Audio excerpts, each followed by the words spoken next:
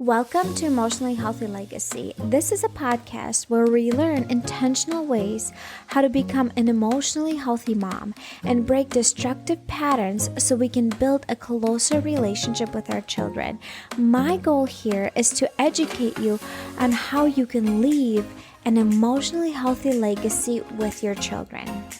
Hi, mamas. Welcome back to our podcast number 9. And today we'll be talking about the difference between being a controlling person, a controlling mom, and being in control, because those are two different things. And I want to talk about the difference between them and how we can learn to be in control instead of controlling, because when we are controlling, that actually is really destructive in our relationship with our kids and even our spouse. And if we are in control, that's when we respect other people's boundaries and we are in control of our own responses and how we handle the situations. So there's a little bit of background that I want to talk about.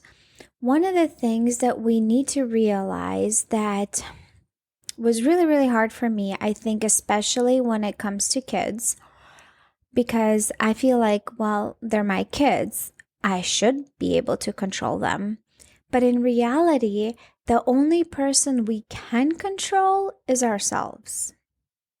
If you think about it, you can force your child to go sit on the potty, but you cannot make them pee.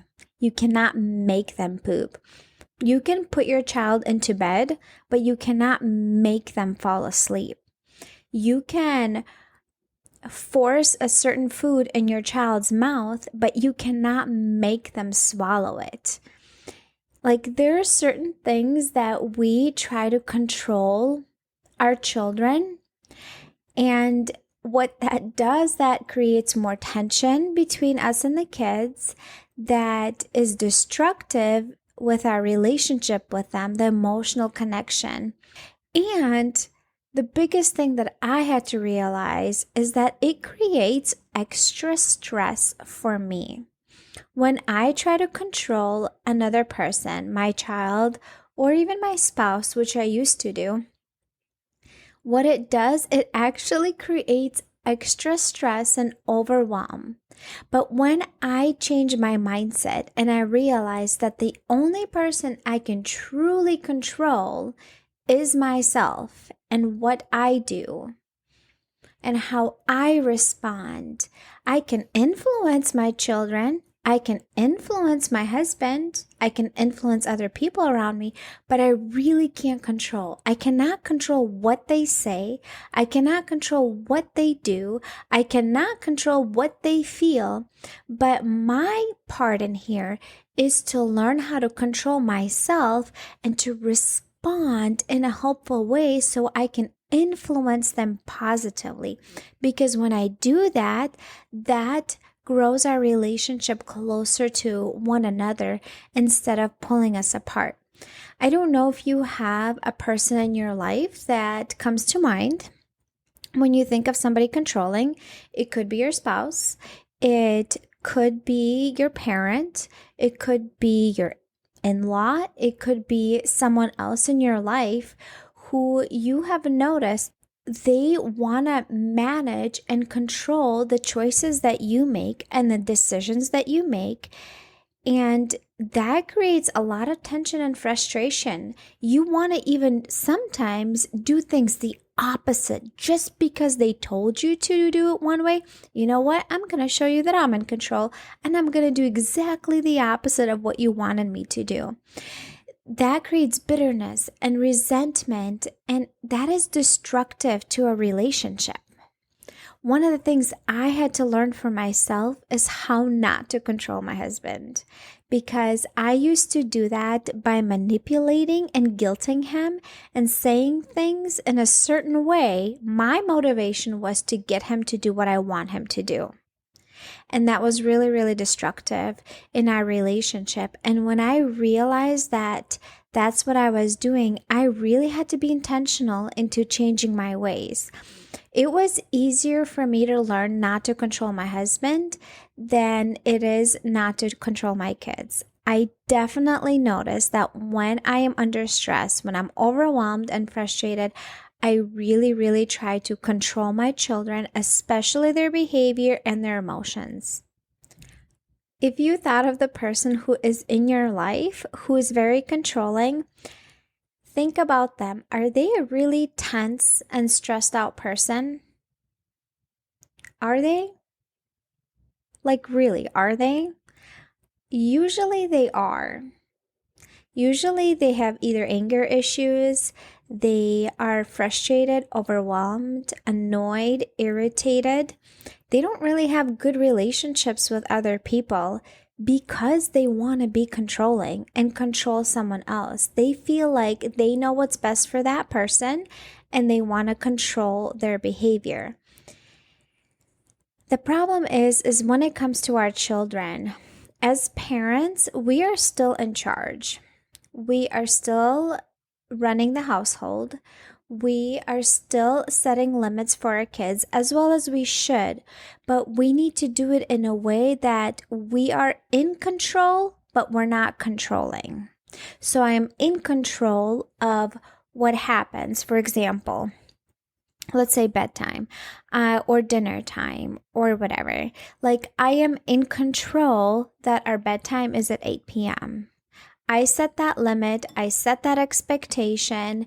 Our timer goes off at 7:30. That means we need to get ready for bed. Kids wash up, take a shower, whatever, brush their teeth, change, and get ready for bed. That part is in my control. That is something, as a parent, since I'm in charge, I do that. It's not in my control if my child falls asleep, right? It's not in my control. I can tell him to lay in bed, and that's the limit. No coming out of your room, that's the limit. But it's not in my control if the child falls asleep. And if I try to force him to fall asleep, that will create extra tension between me and the child. And he might even, as he gets older, purposely not do it because he wants to be in control. When we try to control our children too much and we don't give them any control over their lives, that creates a lot of stress and resentment and tension between us because we all want to have control over some aspects of our lives. And if we constantly try to control our child, we don't help them in the long run to make any choices for themselves. And we don't actually help them make positive choices and decisions because we're choosing everything for them. I think it's important to give our kids opportunities to make choices for themselves and things really that are not really significant, that really, really don't matter in the long run. Like which socks they're going to wear, which shoes they're going to wear for the day, which vegetable they want to eat for dinner. So as being a parent who's in charge, we're all eating vegetables for dinner. Which one do you want, this or this? This is what we're having for dinner. It's your choice to eat or stay hungry. I will ask them, which pajamas do you want to wear? Are you going to brush your teeth on your own or do you want me to help you? I'm still in charge. I'm still making like the overall decisions, but I'm not trying to control my children. I will give them an option. Do you want to put on your pajamas first or do you want to brush your teeth first? And even though these choices are insignificant, it helps him feel like he's in control. And that does not create tension in our relationship then. That also reduces the stress level that I am dealing with. Because if I'm trying to force my kid to do things, that creates tension between us. And then that really, really stresses me out in the long run. And I don't want to do that. So learning not to be very controlling, I'm still learning this, right? Because it's such a big learning curve. Learning not to be controlling and recognizing that I cannot control other people. The only person I can control is myself. That reduces so much stress off of you, like a ton of stress. I cannot tell you how much stress that took off of me when I started to recognize that I cannot control my husband. I cannot control the things that he says. I cannot control the things that he does and the choices that he makes. I can set boundary and set limits, and if something is destructive or unhelpful or hurtful, I can say that, I can voice it, and I can do things that will protect me if those choices are hurtful. But in reality, in the long run, he's responsible for himself. I am not responsible for him.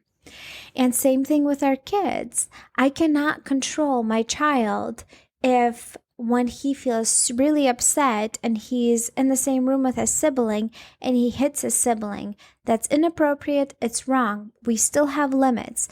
What I can control is how I handle the situation. If I scream and yell and freak out, that is me trying to control my child, and that is reacting in a negative way. But if I come in and I calmly handle the situation, that is in my control. So the difference between controlling is trying to control the other human, and by either guilting them and making them feel shame and guilt for what they did, or by manipulating them.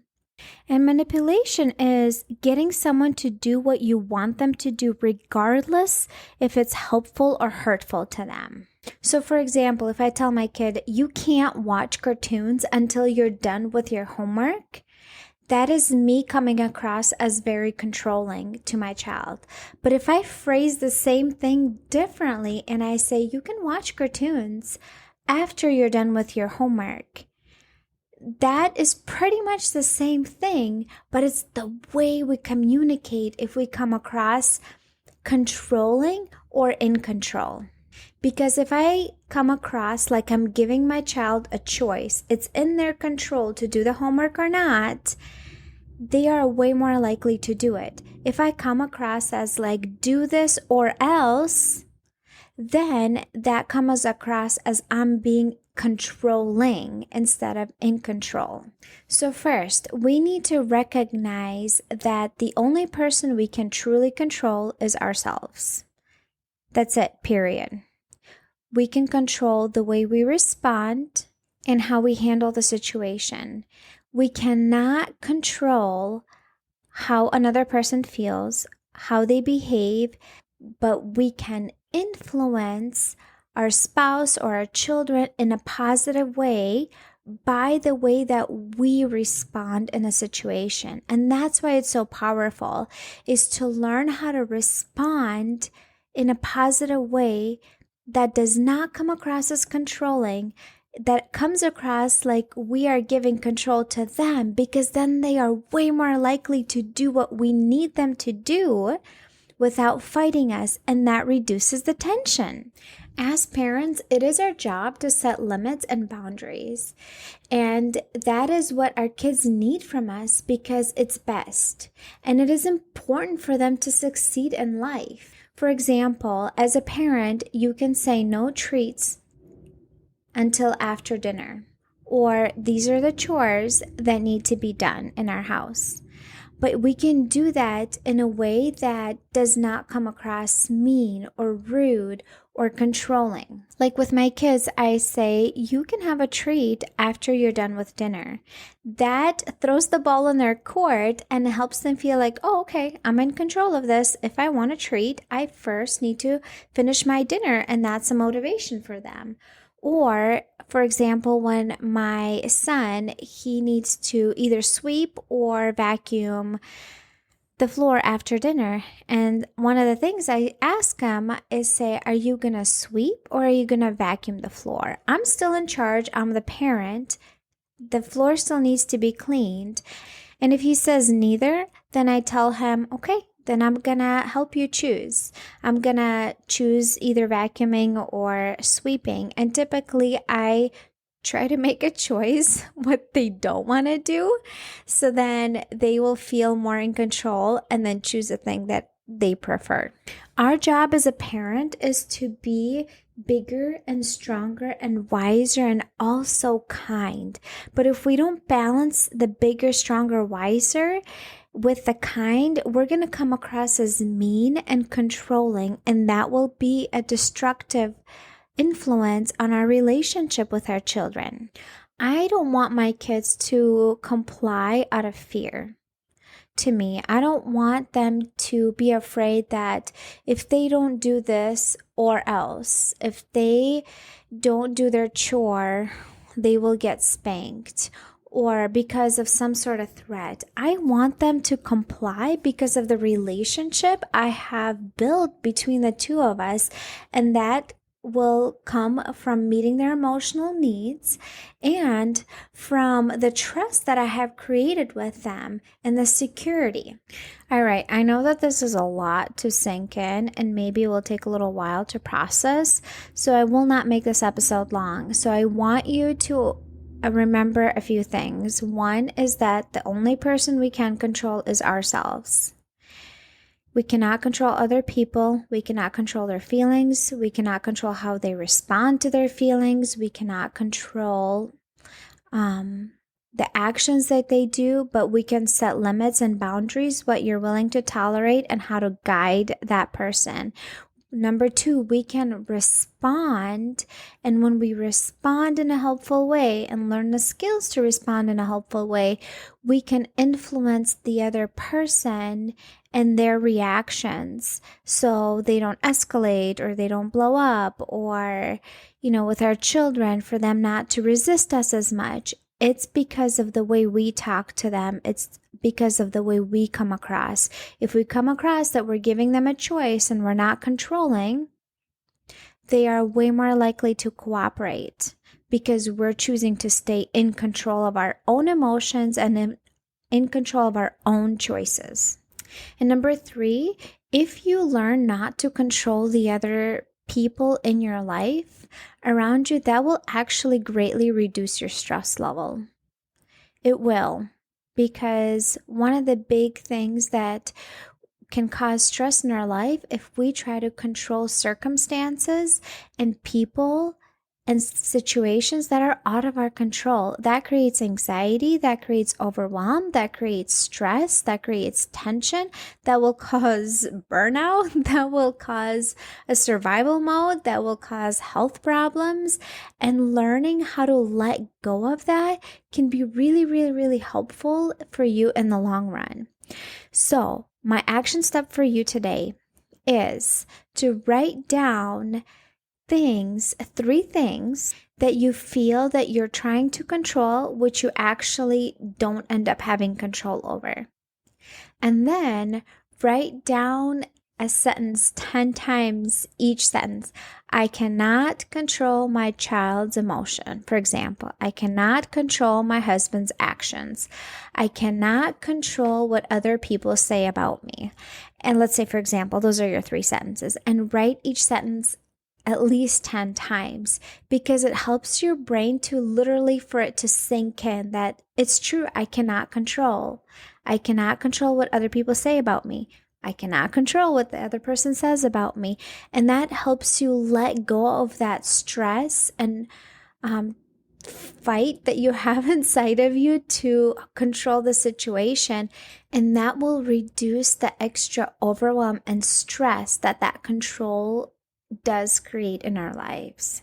All right, mamas, I hope something that we talked about today has been useful and something that you can actually apply in your life. And I would love to hear back from you. If you direct message me on Instagram at Emotionally Healthy Legacy, I would love to hear which area of your life do you feel like you struggle with the most when it comes to control? Because for me, it is controlling my children. That is the biggest one that I had to work through and find ways how I can be in charge and set limits and boundaries, but not be controlling. Also, if you have questions about this episode, I'd love to hear them.